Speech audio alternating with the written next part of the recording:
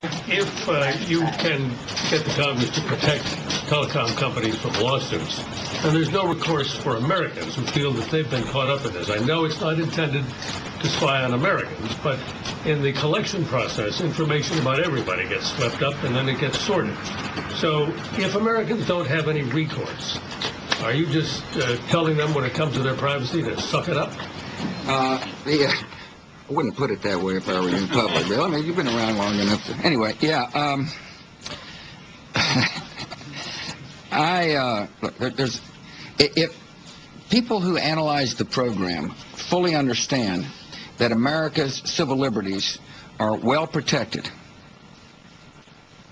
there is a constant check to make sure that our civil liberties of our citizens aren't... are treated with respect, and that's what I want, and that's what all Americans want. And let me talk about the phone companies. You cannot expect phone companies to participate if they feel like they're going to be sued. I mean, these people are responsible for shareholders. They're private companies. The government said to those who have alleged to have helped us that it is in our national interest, and it's legal. It's in our national interest because we want to know who's calling who.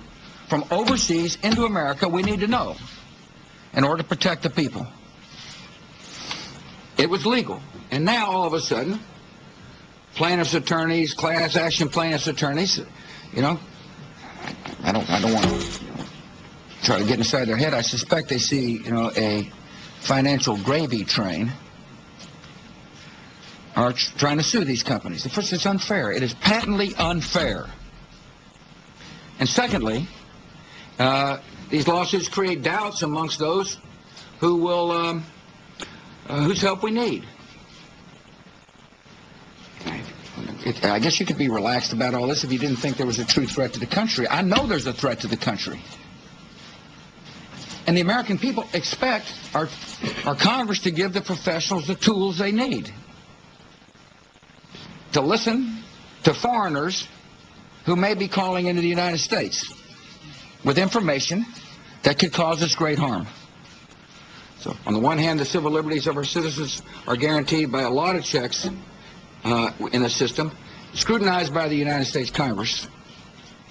And secondly, I cannot emphasize to you how important it is that the Congress solve this problem. The Senate has solved the problem. And people say, would you ever compromise on the issue? The Senate bill is a compromise. And there's enough votes in the House of Representatives to pass the Senate bill. It's a bipartisan bill. And the House leaders need to put it on the floor. Let the will of the House work. My judgment happens to be the will of the people, to give the professionals the tools they need to protect the country. Blaine.